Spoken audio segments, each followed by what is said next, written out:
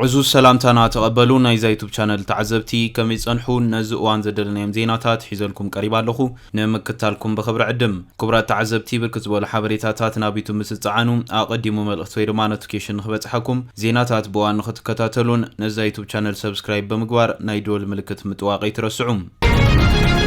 كفل قدات وطا أمريكا لومي أبزوطو مغلصي نمشارختو إسرائيل بدمر 6.6 بليون دولار زقمت 4 زتفلالي باكيجات أطوار كم زصدق أفليتوم أزو سانم أما أخلاي مبراغ لعل وطري أبزلو الأوان أمريكا بلعل إيران وتهدراو سقوم تكتوسد تخيل زبل قمتات أبزحيل الأوان زقبر زليم بمسارة حبريتا منيستر قدات وطايم كاندا أكالات نايت مشتا باكيج 3.8 بليون دولار زواغان 30 زمناويان أباتش هليكوبترات كوينن ازن هليكوبترات روكيت لانكرسن معبولات علامات تراكينج مسارحيتات زعاتغاين حدنت ب 9.8 بليون دولار زواغان 3250 قللتي ناي تاكتيكاوين مخاين باكيج زحاوسو خوينو ازيان حيلتات مكلخال اسرائيل IDF نمغعزو على وتهدراو مسارحيتاتين اسرائيل كاب 9.8 جميرو اب اغلغلوت زصنحام عتقاوي ناي بارسونيل تشكركرتي APC توساخي ناي حيل موتر نمغزا 740 مليون دولار كتوص مخانايون تحبير زولم اتزترف 150 مليون دولار دمام اب قللتي اغلغلوتات هليكوبترات زوعل كوينو نتزصنح مسارحيتات نمدغاف زعلمه يتبايللهم كفل قدات وصا امريكا از مشتا ابتو زوا زلو وتهدراو ميزان كمزي غيرو بمغلاص اسرائيل كاب هلو مصان سغاتات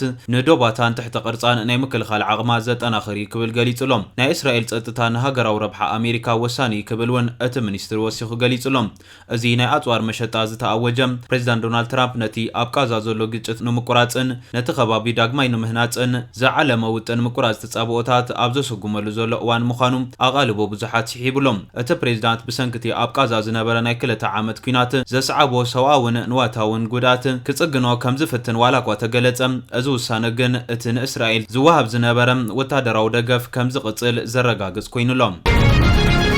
نابتخل زينا مسنسجر حبرات هاجرات حدقة فاينانسا ودكات أقاتيمو خمزلو وانا صحفي أتنكي غير كابالوم حبرات هاجرات أبال هاجرات كفليتن بزي مخفالن أبقرب أوان حدقة فاينانسا ودكات كقاتيمو كمزخل وانا صحفي أنتونيو غوتيريز أتنكي غير كاب أنتونيو غوتيريز حبرات هاجرات نزت مدبو صراحة أب حدقة زؤتو فاينانسا وقلولاو كمزقات أمون اتي أبقازنا أتودب زولو جنزب كسب حملة كودا كمزخلني قاليتوم نسو نخلان 293 أبالات هاجرات أبزو حفو دبدابم نتقديتاو كفليتان كخبرا ويدما نخيفرس نفاينانساو حقتات نايت تكال مولو بمولو خصقنا كمزلوون يتحفوم ازي اتا قندي مواليد حبرات هاجرات زغونت امريكا ابسرعن عقاب سلامن ابكال حبرات هاجرات زكاد ازي بزح بروجكتات تسلعو زنبرت باجت بخنت دولار كفلتي قبريو بمبال دوب مبالان كمون كالوت هاجرات كخفلو ازقبان جنزب سلازي كفلان زسعب مخاني زقلت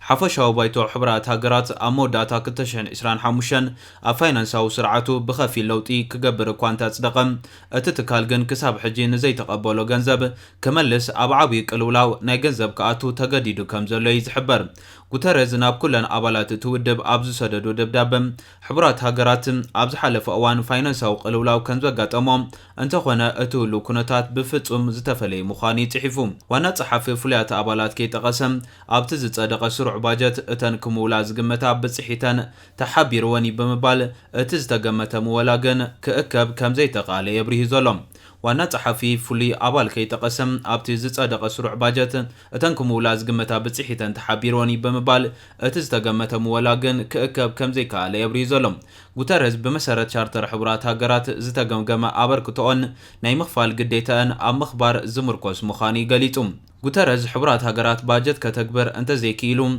افولي مدبات زي تتقملو جنزب نعبالاتو كملسالو زبل حقيم درب عطف فتيريلوم بمسارة اتحققن زترفوم جنزب نتي 7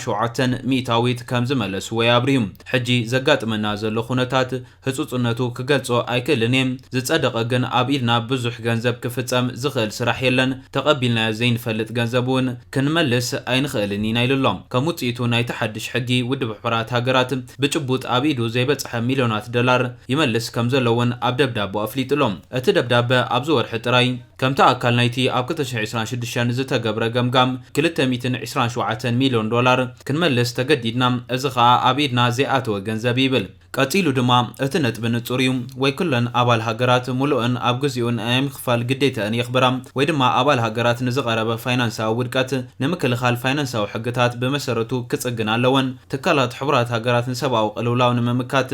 ዝሓተተኦ ኩሉ ገንዘብ ሰሓቲ ዝረኽባ እኳ እንተኾና ዝሓለፈ 12 ወርሕ ግን ብጸገሜን ሓሊፎንኦ ክብል ገሊጹሎም ኣሜሪካ እታ ዝዓበየት ንሕቡራት ሃገራት እትምውል ሃገር ኮይና ዶናልድ ትራምፕ ግን ሕቡራት ሃገራት ነቲ ዘለዎ ዓቕሚ ኣይተጠቐመሉን ከምኡውን ነቲ ብተበግሶ ኣሜሪካ ዝካየድ ናይ ሰላም ዝርርባት ደገፍ ኣይህብን እዩ ብምባል ይዝነቕፎም ኣሜሪካ ኣብ 2025 ኣብ ስሩዕ ባጀት ሕቡራት ሃገራት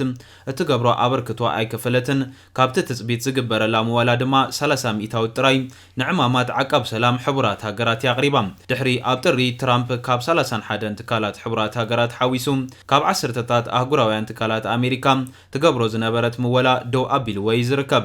ኣብ መወዳእታ ታሕሳስ ኣሜሪካ ንሰብኣዊ መደባት ሕቡራት ሃገራት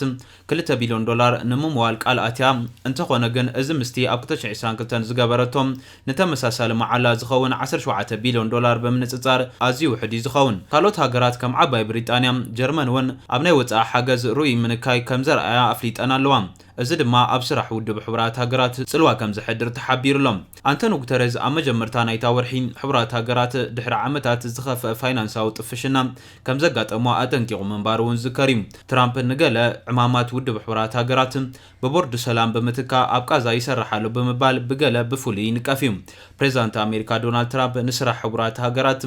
ንምትካ ዲኻ ትሰርሕ ዘለኻ ተባሂሉ ምስተሓተውን ስርሑ ምስ ሕቡራት ሃገራት ብምትሕብባር ከም ዝፍጸም ይገሊጹ ኣሜሪካ ኣብ ዝሓለፈ ሰሙን ካብ ውድብ ጥዕና ዓለም ብወግዒ ምውፃእ ዘፍለጠት ኮይና ኣቐዲማ እውን ኣብ 2024 ከምኡውን 2025 ንውድብ ጥዕና ዓለም ክትከፍሎ ዝነበረ ገንዘብ ካብ ምኽፋል ሓንጊዳ ያጸኒሓ በዝን ከምዝን ምኽንያት ኣብታ ኣብ ዓለም ዝለዓለ መጠን ሞት ኣዴታት ዘለዋ ኣፍጋኒስታን ንደቂ ኣንስትዮ ኣዴታትን ህፃናትን ዘገልግል ክሊኒካት ክዕጽዋ ገዲድ እዩ ፕሮግራም መግቢ ዓለም እውን ነቶም ካብ ኩናት ሱዳን ዝሃደሙ ዝቦ ዝነበረ መቕኑን መጠኑ ኣዕሪ ክጎድል ተገዲዱሎም ናብቲ ኻሊእ ዜና ምስ ንሰግር ኣብ ትግራይ ኣብ እንትጮ ዝተኻየደ ደብዳብ ድሮን ሓያል መጉዳእቲ ከም ዘውረደ ተገሊጹ ትማል ለይቲ ሰዓት 10 ኣቆጻጽራ ግእዝ ኣብ ማእኸላይ ዞባ ትግራይ ከተማ እንትጮ ክልተ መኻይን ብድሮን ከም ዝተሃረማ ፖሊስ እታ ከተማ ኣረጋጊጹሎም እቲ ቁምብላ ድሮን ኣብ ጋቢና እተን መኻይን ከም ዝዓለበን በቲ ደብዳብ ድማ ሓደ መርሐ መኪና ህይወቱ ክስእን ከሎ ካልእ ተሓጋጋዚ ድማ ቆሲሉ ሆስፒታል ከም ዝኣተወን ኣዛዚ ፖሊስ እታ ከተማ ተስፋይ ኣማረ ገሊጹሎም እተን መኻይን ኣይሱዝ ኤፍኤስአር ዝዓይነተን ኮይነን እታ ሓንቲ ባናና ጽዒና እታ ካልአይቲ ድማ ዘይቲ በርበረ ሳሙናን ካልኦት ኣቑሑት ንግድን ጽዒና ምንባራ ተገሊጹሎም ብተመሳሳሊ ኣብ ወረዳ ሕፈሮም ገንደብታ ደብዳብ ድሮን ከም ዝተፈጸመውን ማዕኸናት ዜና ዝረኸቦ ሓበሬታ ረዲኢሎም በቲ ኣብ ሕፈሮምን ገንደብታን ዝተፈጸመ ደብዳብ ድሮን ኣብ ህይወት ሰብ ዝወረደ ሓደጋ ብንጹር ኣይተፈልጠን ኣብቲ ኣብ ገንደብታ ወጋሕቲ 11:30 ኣቆጻጽራ ገዝ ዝተፈጸመ ደብዳብ ኣብ ልዕሊ በርበረን ካልኦት ንግዳዊ ሃለኽቲ ኣቑሑትን ጽዒና ዝነበረት መኪና ከም ዝዓለበ ተፈሊጡሎም ኣብ ዝሓለፈ ቀዳመ ሰንበት ዝጀመረ ወጥሪ ኣብ መንጎ ሰራዊት ኢትዮጵያን ሓይልታት ትግራይን